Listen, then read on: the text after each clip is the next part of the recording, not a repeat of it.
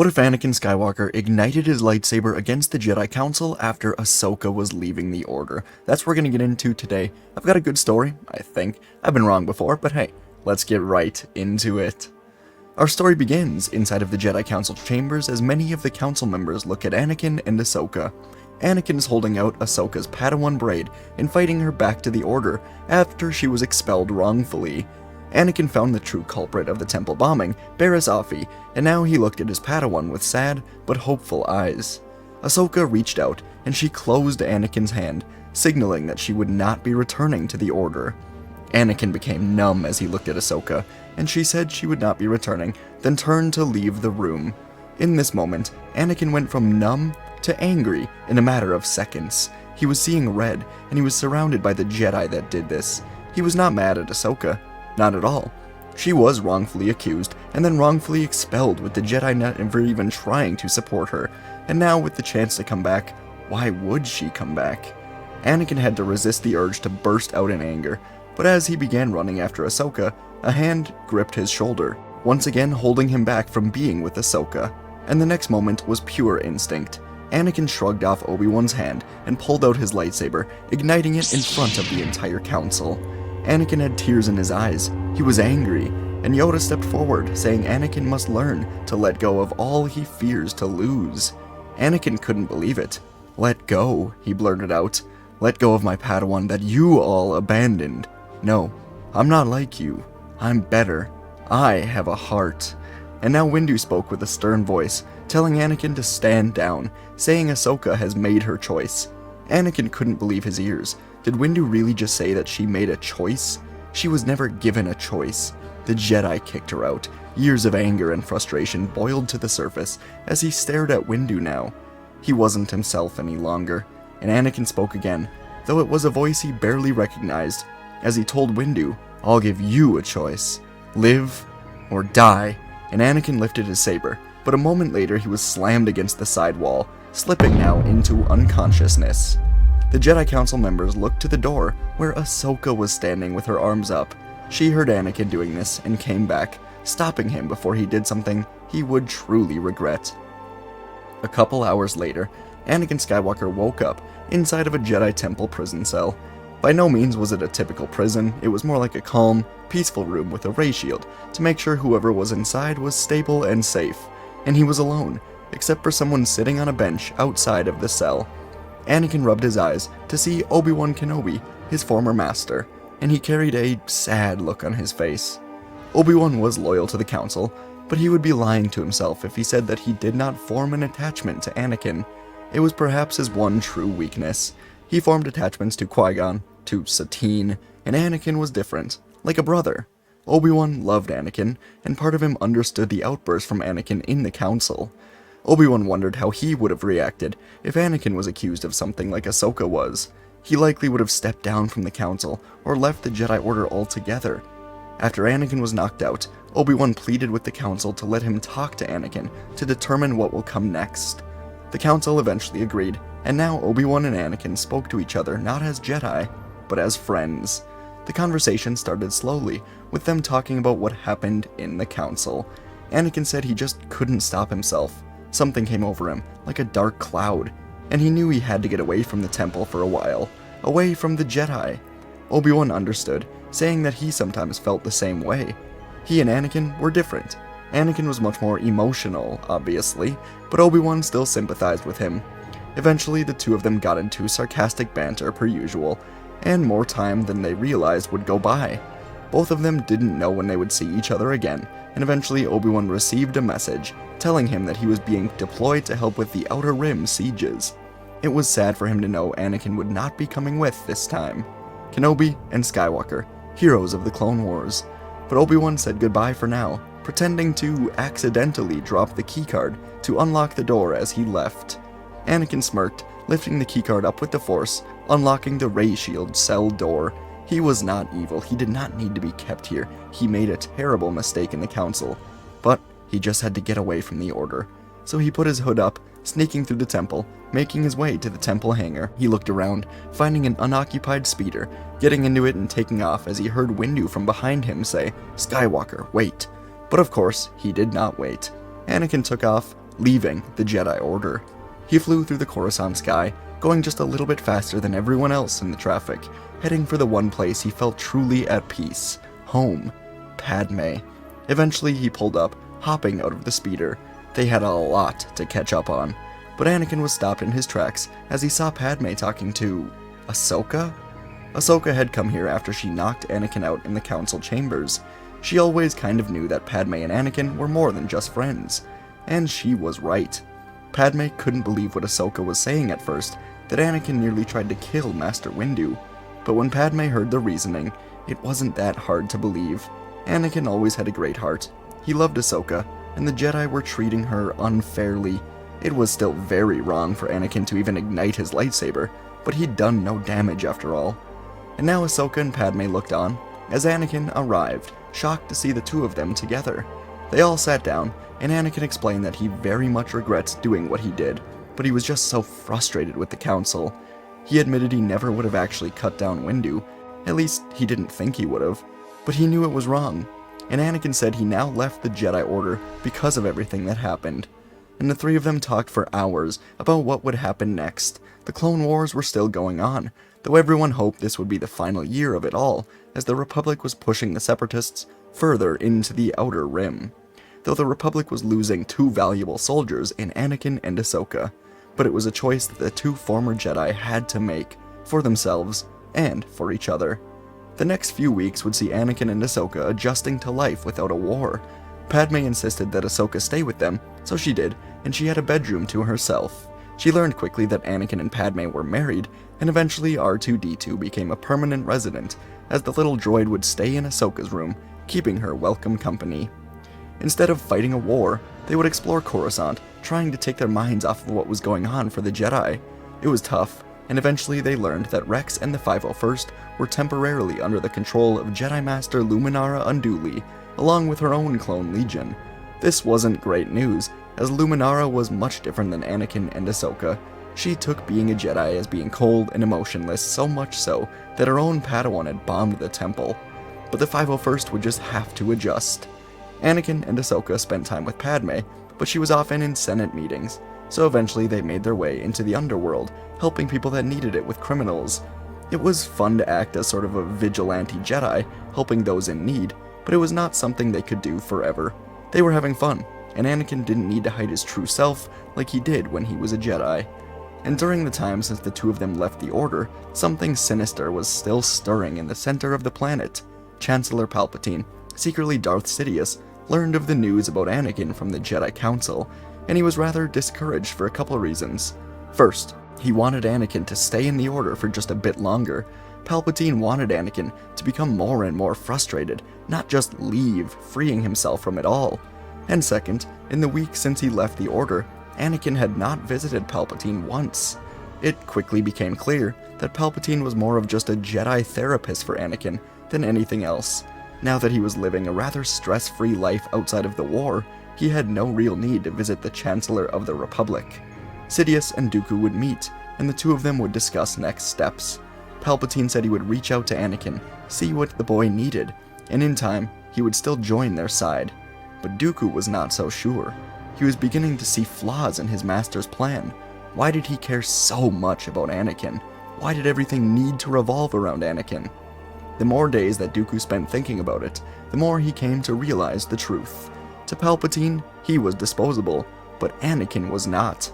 Anakin wasn't even a Sith, yet Palpatine acted like he was the most important part of his entire plan. Dooku decided he would not be a pawn any longer. He had the assets to win the war for himself, take over the Republic. He knew now that in time his master would get rid of him for Anakin, so he would get rid of his master first. After a few weeks of adjustment, Anakin was out at a local diner picking up food. It was somewhere he remembered Obi-Wan had raved about a while back, before the start of the war, called Dex's Diner.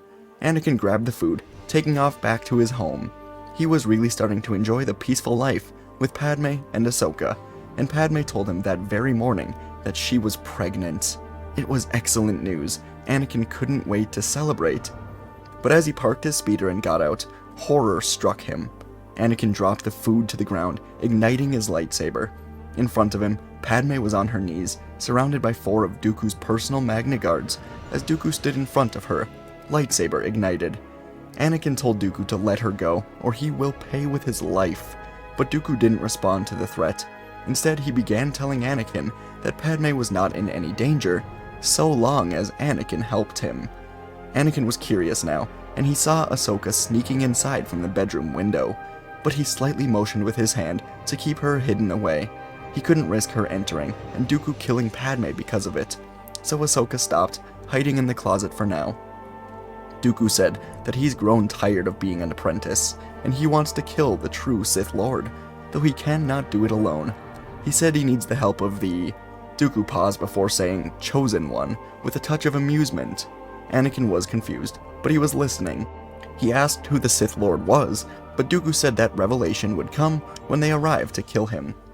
Anakin said he would not help unless he knew all the details, so Dooku made a hand motion and a guard electrocuted Padme.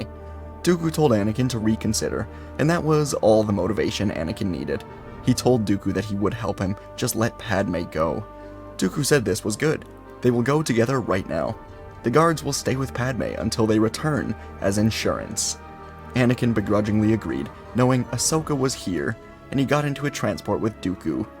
Ahsoka listened as the transport took off, and she quietly exited the closet. Silent shadows were enveloping her as she infiltrated the main room. Ahsoka's senses were heightened as she detected the faint hum of the Magna Guard's approaching footsteps. Reacting with lightning speed, she ignited her twin lightsabers. The Magna Guards, initially unaware of this intruder, turned towards Ahsoka with a mechanical precision that was far better than most droids. In a blur of acrobatic moves, though, Ahsoka engaged the Magna Guards. The room echoed with the clash of metal against energy, and as she got a read of how they fought, Ahsoka jumped back into the fight, began taking them out one by one. As the last Magna Guard crumpled to the floor, Ahsoka extinguished her lightsabers, leaving the room in silence as Padme ran up to her. They both knew that Anakin needed help, and Ahsoka decided that she had just the idea to help him. On the ride over to the industrial sector, Count Dooku and Anakin Skywalker stood face to face. The two of them had met and fought many times, and each time Anakin got closer to killing him. Dooku knew how powerful he was, but he had all the leverage here with Padme under his grip. Eventually, Dooku spoke, saying that the Sith Lord is someone familiar to Anakin, and finally, he revealed the truth. Chancellor Palpatine is Darth Sidious. Anakin didn't believe it. He couldn't, but as they landed in the abandoned building, Anakin could vaguely sense the presence of Palpatine. As of this moment, Anakin had no real reason to turn to the dark side and join Palpatine. He hadn't had any nightmares, and he was happy living with Padme outside of the Jedi Temple. So as he stepped out of the transport with Dooku to see the hooded figure that was Palpatine, Anakin had one goal: save Padme, which meant he had to help Dooku kill Palpatine. Palpatine saw Anakin and Dooku together and immediately put together what was going on. He pulled down his hood, revealing himself, and said, "So, you have betrayed me." And Dooku said, "I have betrayed everything and everyone I have ever known, and now that list includes you. It is the way of the Sith, after all." And he ignited his red lightsaber. Anakin did the same with his own lightsaber, and Palpatine tried getting Anakin to his side, but it was no use. Dooku clearly had some sort of leverage over Anakin, so Sidious pulled out his own red lightsaber, igniting it for battle. And now, inside of the Sith lair on Coruscant, Dooku and Skywalker found themselves dueling with Darth Sidious. The lair's dim lights bore witness to a clash of red and blue sabers, as the warriors engaged in a relentless fight. Dooku, perhaps the best duelist in the galaxy, sought to disarm Sidious, while Anakin's raw power surged forth in an unrestrained onslaught. He was desperate to end this, get back to his pregnant wife. The trio moved like a chaotic storm, their lightsabers weaving through the shadows, each strike echoing off the walls. And as the battle unfolded, the Sith lair was torn to pieces as Sidious began throwing objects at the two fighting against him. Clash after clash, swing after swing. It was a battle between three of the most powerful beings in the galaxy. The Chosen One and the two Sith Lords pushing back against each other. And as they fought, Ahsoka Tano traveled through Coruscant, pulling her speeder up to the Republic hangar. She looked around and was lucky enough to see that the 501st was here, loading up onto a ship with their new interim commander, Jedi Master Luminara Unduli. Ahsoka sprinted through the hangar, finding Rex and Jesse as they helped load supplies onto the ship. Ahsoka began explaining everything to them, saying that she needs their help, Anakin needs their help, they can end this war, right now. And as Ahsoka explained everything, she was interrupted by Luminara, asking what was going on. Ahsoka sighed, explaining the situation to her, and she said that she and the clones would not be going anywhere without the permission from the Jedi Council, and Luminara ordered the clones to keep loading supplies as she went to alert the Council of all of this. Ahsoka knew there was no time for this. Anakin was in extreme danger. She looked at Rex, asking who the clones are loyal to, and he said the Republic. So Ahsoka told him to help her save the Republic right now. Anakin was fighting the Sith, leaders of the Separatists, and if they leave now they can win this war. But if not, everything would change. Rex looked at Jesse, Oppo, and a few others of this. They all nodded, then saluted Commander Ahsoka Tano, asking what the plan was. Ahsoka smiled, detailing what they must do from here. Luckily, Anakin kept a tracker with him after leaving the Order, so Padme and Ahsoka would know where he was if he was in danger, so finding him would be no problem. Back inside of the abandoned Sith lair, lightsabers continued to clash against each other as all three of them were growing more tired, but more angry. Anakin and Dooku stepped back to regroup as Sidious stumbled backwards. He was powerful, but he was losing. He shot lightning at the two of them, but Dooku caught it, throwing it back at Sidious. He fell backwards into a wall, calling upon the dark side to spin away. But as he did, Anakin cut a gash into his leg. Sidious tumbled to the ground. He looked up in fear and anger as Dooku said what he said to Yaddle so many years ago when he officially joined the Sith, saying, "Let me give you peace, my master," cutting him down for good. Dooku stood victorious. His master was dead. He was the Sith master. He now had full control of the Separatist army. He would overrun the Republic, become the new Emperor, and he turned to Skywalker, telling him they were not done working together. He told Anakin that he would order Padme's immediate death unless he goes to Kamino, shuts down the entire cloning program for good. Anakin was conflicted, but he wasn't sure if Padme was safe. He was about to tell Dooku that he would do it, when suddenly, the entire entrance wall erupted in an explosion. Dooku and Anakin fell to the ground, momentarily having their senses blinded from the explosion, as 4 clone gunships flew into the room, surrounding Dooku and Anakin. Ahsoka jumped from one of them, helping Anakin up, as everyone aimed at Dooku now. The Sith Lord got up, realizing that somehow his plans have been foiled. There were 30 clone troopers in here, along with Anakin and Ahsoka. So, he stood here now, and he ignited his red blade. If he was going to go down, he would go down with a fight. And the clones fired. Dooku was blocking every single blaster bolt, killing some of the clones, but he was beyond outnumbered. He spun to block a shot when his hands were suddenly cut off. His leg was stabbed into, falling to the ground as Anakin, Ahsoka, and Rex said he was under arrest. Inside of the Jedi Temple, the council was in session when suddenly commotion could be heard from outside. Confused and suddenly alert, the council members departed the chambers to the main hall, where they saw Anakin, Ahsoka, members of the 501st Legion, standing with an injured Count Dooku and a dead body of Palpatine, the Sith Lord. The Jedi, the Republic, would win the war thanks to Anakin and Ahsoka. 1 year later, the Republic had been restored to what it should be, and the Jedi Order was alive and well, and they were trying to change to get back to what they should be after all, peacekeepers, not soldiers.